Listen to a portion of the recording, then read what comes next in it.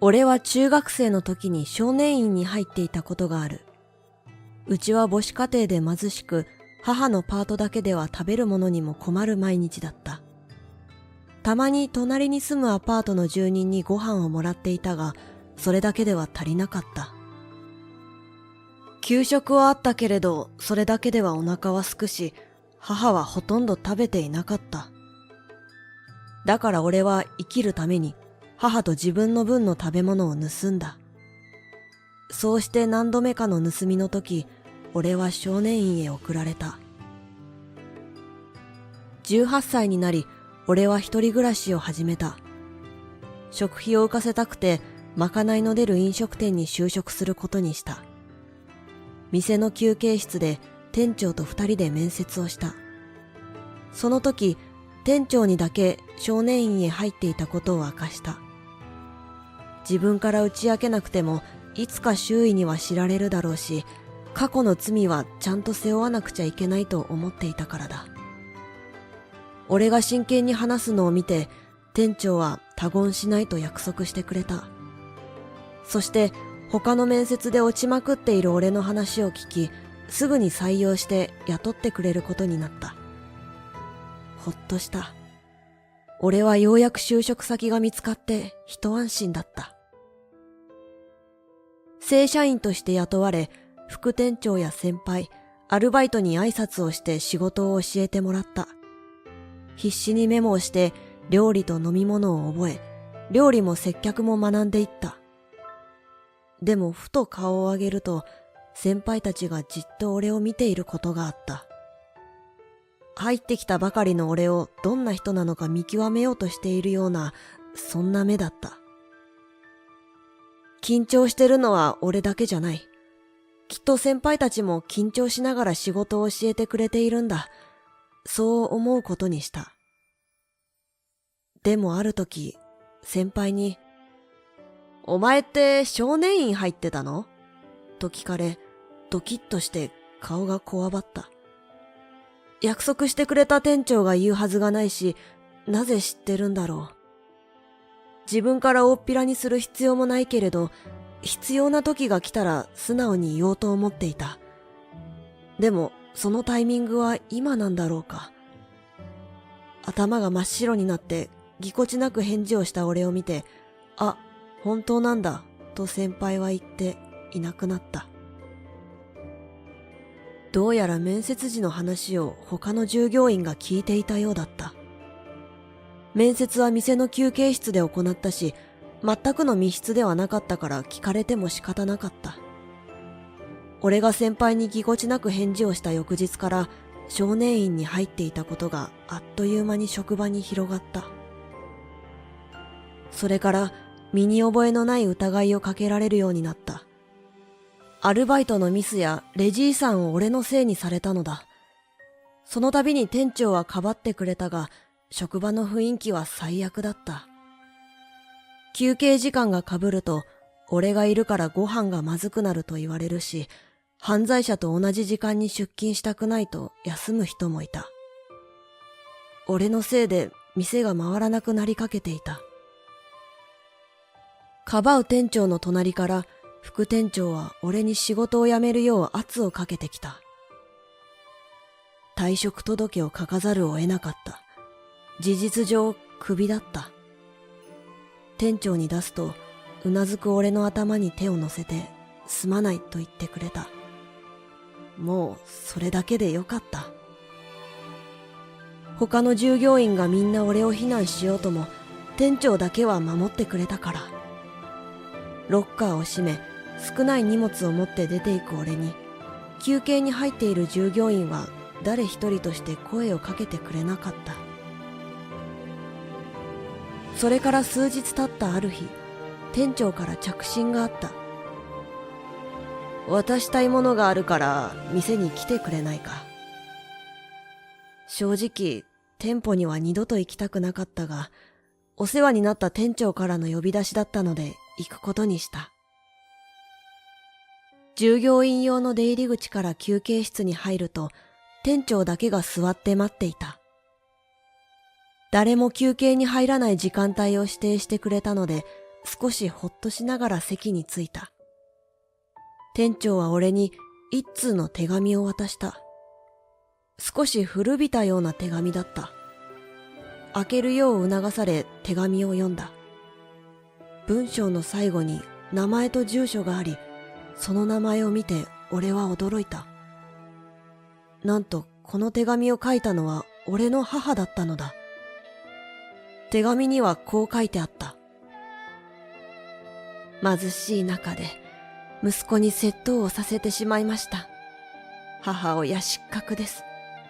もう私は合わせる顔がありません。でも息子のことが心配なので、私の代わりに見守ってください。松本恵子。俺の母は、俺が少年院から出てきた時には、もうアパートにいなかった。俺に何も言わないで行方をくらませたのだ。出ればまた母と一緒に暮らせると思っていた俺は絶望した。俺たちの住んでいた部屋は空き部屋になって次の入居者を募っている最中だった。大家さんに無理を言って鍵を借り中に入った。母と住んでいた家はすっからかんで、どこを探しても母の姿はなかった。家具も洋服も母と過ごした何もかもがなくなってしまった。何もなくなって広く感じる部屋で立ち尽くした。それと同時に、ああ、母に捨てられたんだなと思った。俺には帰る場所がなくなってしまった。遠い親戚は少年院に入っていた俺を引き取ってはくれなかった。身寄りがなくなって施設に入ることになった。施設では高校の勉強だけはしていたが、それ以外は毎日何をして過ごしていたかも思い出せない。俺が物を盗んで少年院に入ったから、母はもう面倒が見きれないと俺のことを捨てたんだ。何度も考え、そして自分のしてしまったことを悔やんだ。許されないことを、生きるためなんて言い訳してやった自分が愚かだった。施設に入っている間、何年もそのことをずっと考え、そして出るときに罪と向き合って生きていこうと決心した。自分の中で母がいなくなってしまった理由をそう考えていた。でも、店長が渡してくれた母の手紙には、窃盗なんかする息子は育てられないなんて一言も書いてなかった。でも、なんで母の書いた手紙を店長が持っているんだろう。手紙を読み終え、顔を上げた俺は店長に尋ねた。実は私は昔君たちの隣に住んでいたんだよ。たまにアルバイト先でもらったまかないのご飯を渡していたんだけど、覚えてないかい？静かに言われ、驚いた。俺が偶然就職したこの店の店長は、昔隣に住んでいた住人だったのだ。母と生活していた時、たまに隣の人がご飯を分けてくれることがあった。当時は生活するのに必死で、顔もまともに見ていなかったから、店長が言ってくれるまで気がつかなかった。こんなことがあるんだろうか。まさかまた数年後に再会するなんて。手紙を持つ手に力が入った。君のお母さんがね、アパートを出て行く前に私にこの手紙をよこしたんだ。息子を見守ってくれって。店長は俺のことをずっと気にかけてくれていたようだった。大家さんの話で俺が少年院から出たと知ったけれど、それからどこに行ったかわからず、すごく心配したようだ。店長は自身を責める母に俺のことを教えてあげたいと思いながらも、元気でやっているともどうしているとも伝えられず、ずっと申し訳なかったそうだ。